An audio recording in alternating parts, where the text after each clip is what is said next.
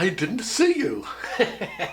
So I'm really in a rush to get this done for Christmas, and I couldn't think of a better way to start it, so I figured I'd start it the way every video starts with, which is with, oh, hi, I didn't see you there. At any rate, this is well, I'll tell you what this is.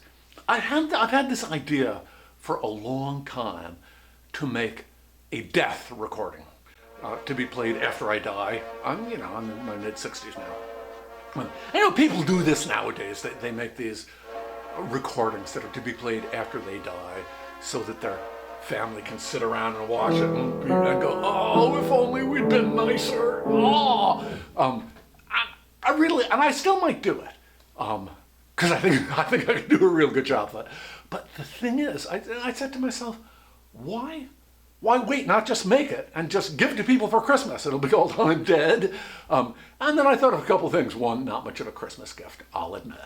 But also what I got to thinking was, there's a lot of people in my family I haven't met yet. I have nieces and nephews who are starting their own families, and some of them and having children, and I haven't met them yet because they live on the East Coast.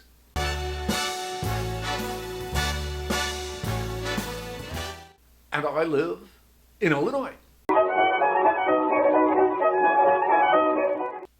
And I'm hoping to meet them soon. So what I got to figure, that would be a terrible way after I'm dead. And mailman. Okay, where we're saying, yeah, that would be really crappy. Just while everyone else is going, oh, poor me, poor Frank. And, these other people going, duh. So what I decided was to not do that. Instead, this is a video it's a Christmas video. Christmas meaning joy, happy, bringing people together, which for those of you who haven't met me, this is what I do. I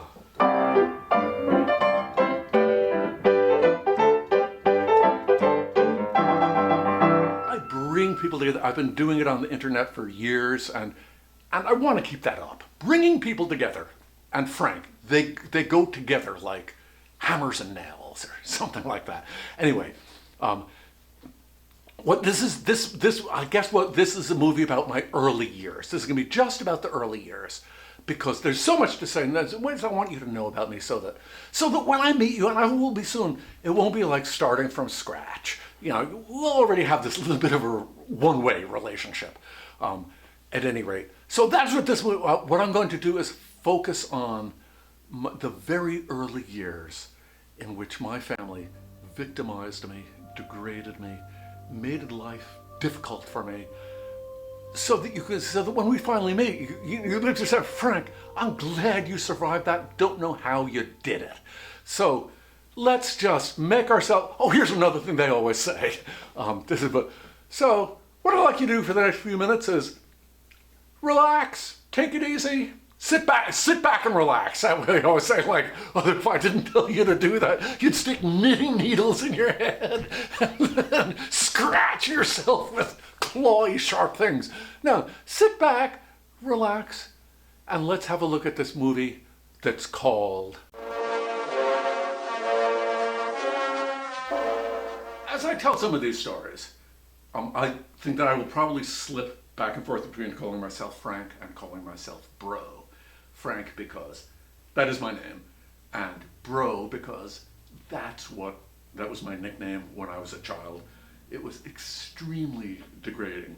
Hi, I'm Bro. Duh. My sister Jingo always said that my father made the name up, and it was short for fraternity brother, frat bro. He said she made it up, that she was just 5 years old when I was born and she couldn't say brother. Yeah, okay, you want to go with that one? At any rate, the answer is clear. They got together. It was a plot to degrade me. They got together when I was in the hospital.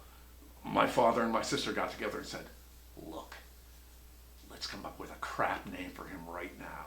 Let's make him feel like hell and worthless. From the bassinet! Straight from the bassinet! Degrade him! And well, what do you Ace? No. Killer? No. Spud? No. I got it. Bro, that's disgusting. Good!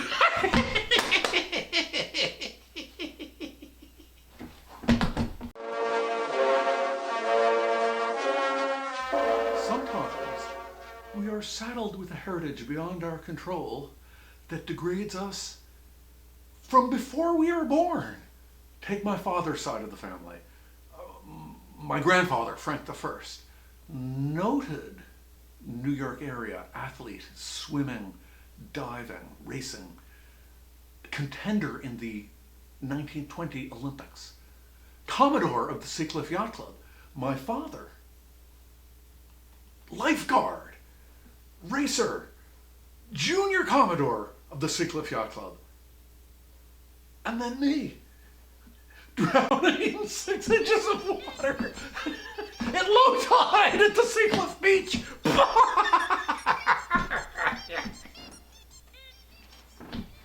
Now, on my mother's side of the family, things were even harder, because there's not this great nobility. There was just the Depression, the shadow of the Depression hanging over the household in the swinging 60s, in the fabulous 50s. The Depression. It made life miserable. It made me feel awful, because basically I had 3 squares per day, but then, I'd be sitting in the television, in the den watching television, and my mother would come in and I'd say, Mom, could you move away from the tube? I can't see. And she'd go off. She would go off. With her theme, her main theme was known as, why me? Only my children. Basically, what? And also a big groan. Why me? Only my children. And the big groan. Oh. I grew up without a father, in a home with a single mother and a maiden aunt who took care. We took in boarders. I folded shirts in Macy's on the weekend while I was going to Adelphi University, majoring in English. I worked in a doctor's office in Glencoe. I came home and cooked for the boarders. Why me? Oh. Can you imagine what it was like?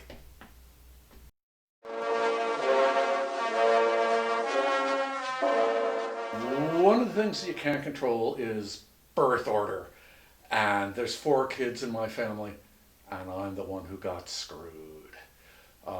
First, Jingo, Gina, Virginia, the princess, the wartime toast of Seacliff, the most photographed child in the world. Then me, 1948, I come along, who cares? Then Ida, kind of like me, Ida got squeezed in the middle. And then in the end, the last one, Donald came along. Yeah! It was like Jingo all over again. Whip out the cameras, yeah! Bring out the cakes, it's a party, because we've got another royal child. So Ida and I in the middle, we had it the worst, but not like me, because I'm the one who had to suffer from Jingo. Believe me, it was bad, very bad. And I think just one example, which is really the whole point of this whole video, one example will suffice.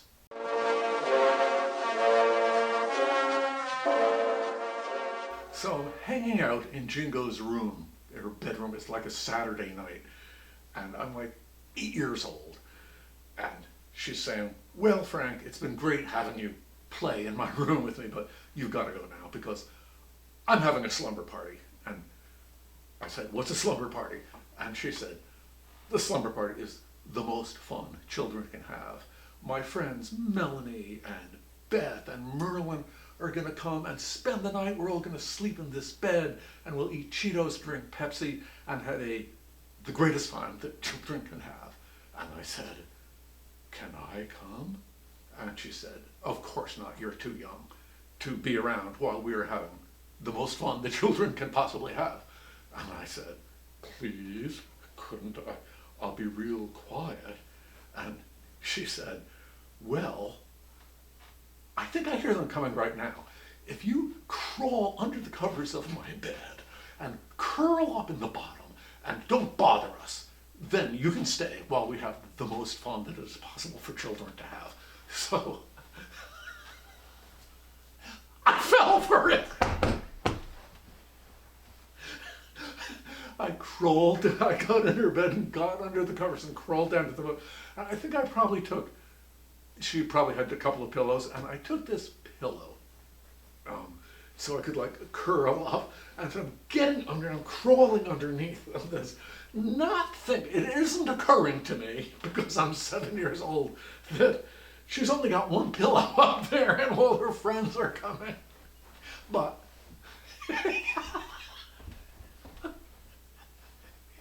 so just as I was getting down there, crawling under she goes blankets and curling up the bottom of her bed with my pillow, I hear, and she goes this, "Who is it?"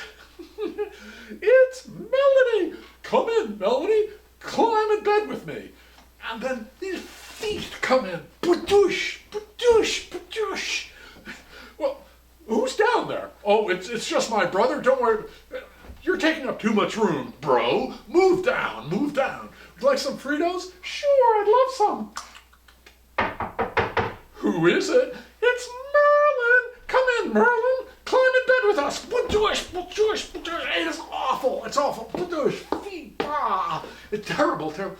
And I'm falling for this. And these girls keep coming. Come in, Yost."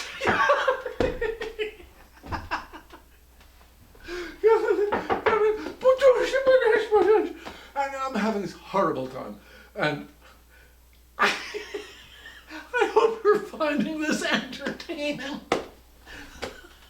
If this is the way you're going to spend your Christmas, listen, watching a tape of an old guy laughing at his own stories.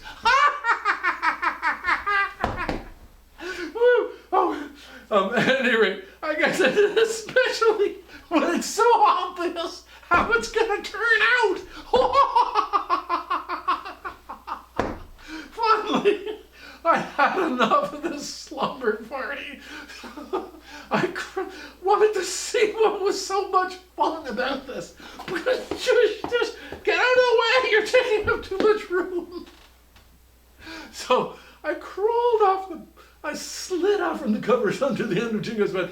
And you know in the movies when you need to sneak out of somewhere, you leave a pillow under the covers and they think that you're still there? Well, that's where I left the pillow there. So they're pushing and I slipped at the side of the bed. There was no party. It was victimization of me. It was Jingo. Push, push, push. You're taking up too much room. Have some Pepsi, Melanie. I'm such a fool.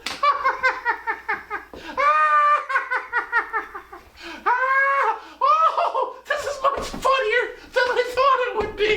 Oh.